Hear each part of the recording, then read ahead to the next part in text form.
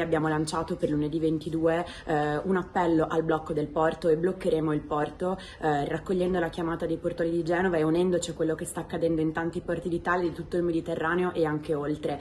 La partenza è fissata a Piazzale Giovannacci alle 10 di mattina di lunedì. Da qui il corteo raggiungerà piedi Porto Marghera in quello che intende essere una nuova manifestazione tangibile di opposizione al massacro di Gaza.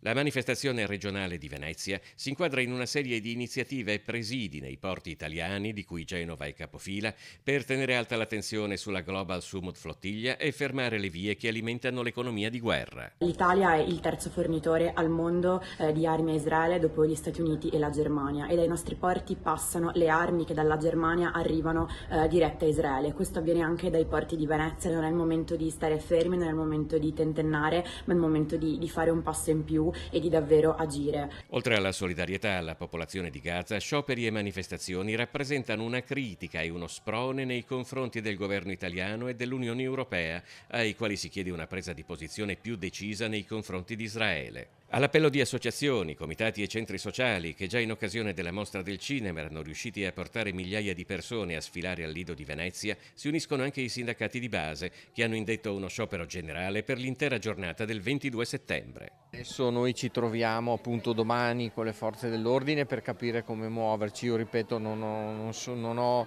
la voglia e non ho la volontà di impedire le proteste, ma cercheremo di garantire anche continuità delle attività. Dirvi oggi bene non lo voglio fare, anche perché non sarebbe di rispetto per appunto le istituzioni, ma insomma sicuramente spero che ci sia intelligenza da parte di tutti. La CGIL invece ha proclamato uno sciopero generale di tutti i settori privati per le ultime 4 ore del turno di venerdì 19 settembre. Una manifestazione è prevista a Mestre. Faremo in modo di predisporre meccanismi di solidarietà con le aziende, ha detto il segretario generale della CGIL di Venezia Daniele Giordano, per destinare la retribuzione alla causa umanitaria del popolo palestinese. Ci saranno manifestazioni in tutte le province e invitiamo le lavoratrici e i lavoratori a partecipare. Invitiamo anche la Regione Veneto a prendere una posizione chiara e netta su questo tema. Basta la guerra, dobbiamo essere in tanti, dobbiamo esserci, partecipate.